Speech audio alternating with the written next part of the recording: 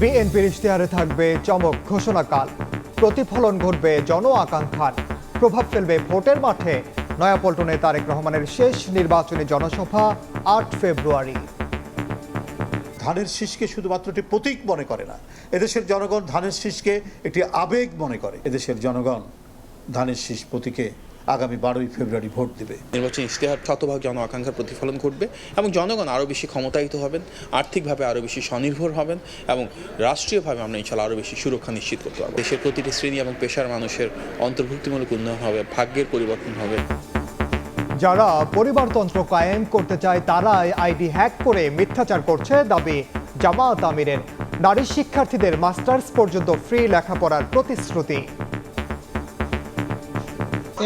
ID hack করে যারা এই দেশের জনগণের সরকার চায় না, যারা দলীয় পারিবারিক গোষ্ঠীতান্ত্রিক সরকার চায়, যারা এই দেশকে গোলাম বানিয়ে রাখতে চায়, তারা আমার উপরে মিসাইল নিক্ষেপ করেছে।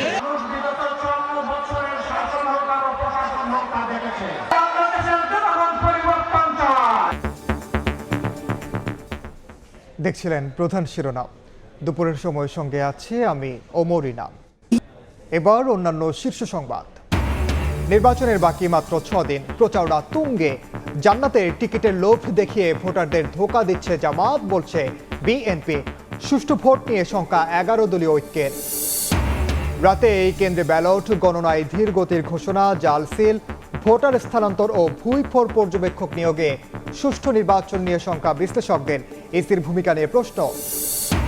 এবার নির্বাচনে মাঠে থাকবে 1 লাখ সেনা সদস্য।